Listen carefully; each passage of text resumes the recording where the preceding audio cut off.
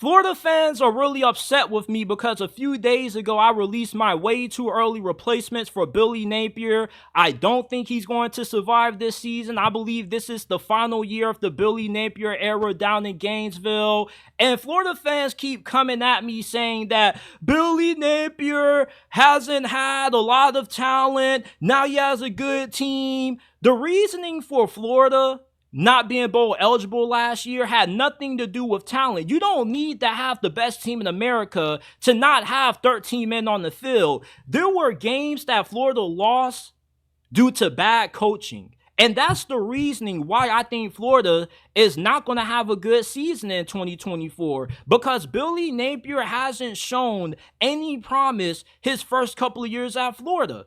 No matter how talentless you try to make it seem like Florida has been the previous 2 years under Billy, it's not like Florida has been one of the worst teams from a talent standpoint in college football. And no matter what, winning anything less than 6 games at the University of Florida is unacceptable when you think about the pageantry and the tradition of this program. At this point, keeping Billy Napier, if the Gators win 6 games, kind of could be a detriment to the brand of Florida football, because you lose a little bit of your prestige. So now you're saying that mediocrity should be tolerated, because that's what you're getting out of Sunbelt Billy. Florida is constantly underprepared, undisciplined. They were heavily penalized last year. He has terrible clock management. His late game decision making is really bad. And plus, he calls the plays on offense, and his play calling isn't that good neither. Remember,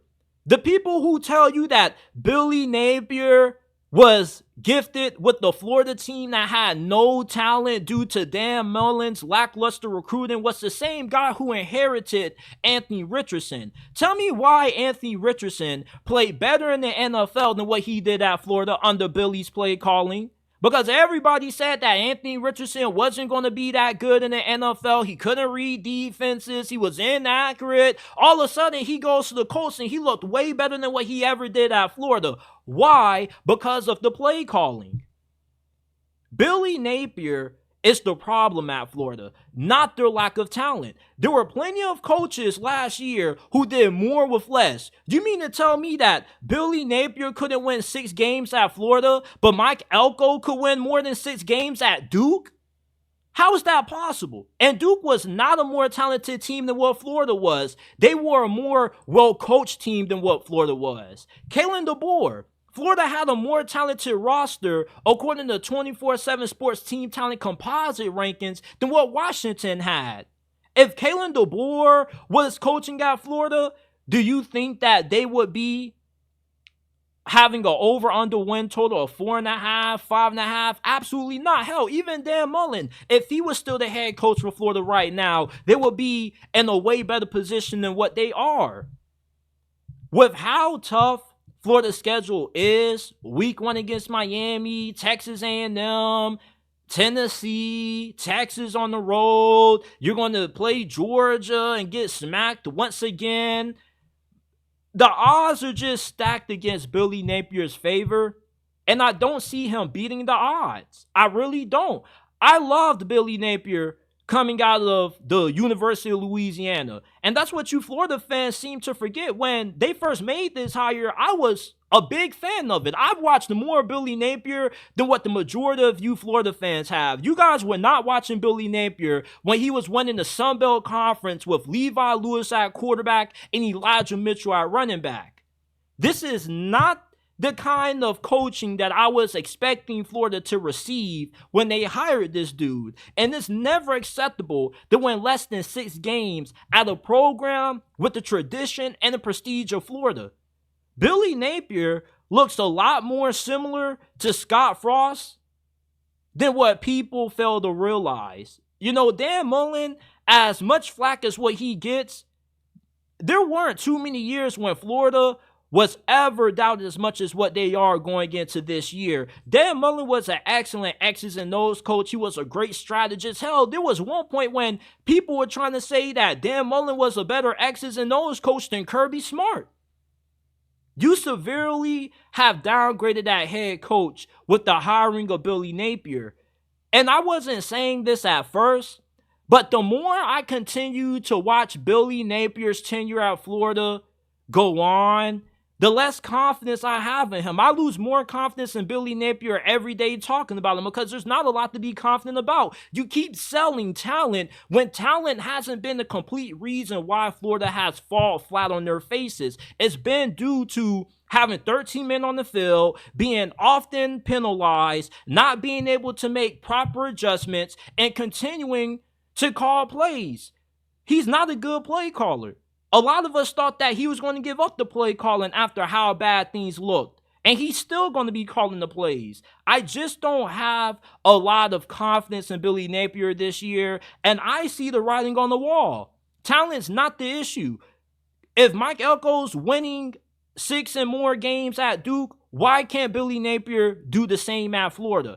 If you can do more with less, that shows how good of a head coach you are. If you can elevate the team around you, despite not being as talented as what Gator fans try to say this team has been the last 2 years, then I think that's more of a coaching problem because you should at least be able to get to 6 wins. Replace Billy Napier with Mike Elko last year. Is this still a team that goes below 500? My problem with Florida this year is not the talent. It's the coaching. There's no point in recruiting all these 5- and 4-star guys if you can't develop them and you can't put them in situations to succeed. For as much hate that Dan Mullen gets from you Florida fans, he was getting guys that he recruited drafted into the NFL. Kadarius Toney, Kyle Pitts were former first-round picks. Kyle Trask was a day 2 pick. How many Florida players have been drafted in the NFL under Billy Napier's regime? Not too many that I can name from the top of my head, and I don't count Ricky Pearsall. He was a transfer portal guy. I'm looking for guys that you brought into your program via recruiting and you developed.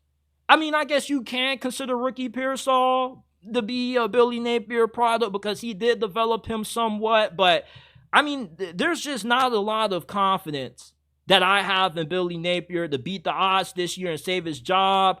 I don't see Florida winning no more than 5 games. And a lot of people think that they're going to be a lot worse than that. I'm giving them 5 wins just because, I do think that there are a couple of easy wins on this schedule and a couple of games that could go their way. But most people have them winning 3-4 games. And Billy Napier's the main reason why, because this team, they're lacking good coaching. Coaching means so much. A lot of you guys make it seem like it's all about talent this and talent that, when Jimbo Fisher paid for the best recruiting class in college football history, and look where that got him because of how bad of a coach he is. So I don't see Billy Napier saving his job this year.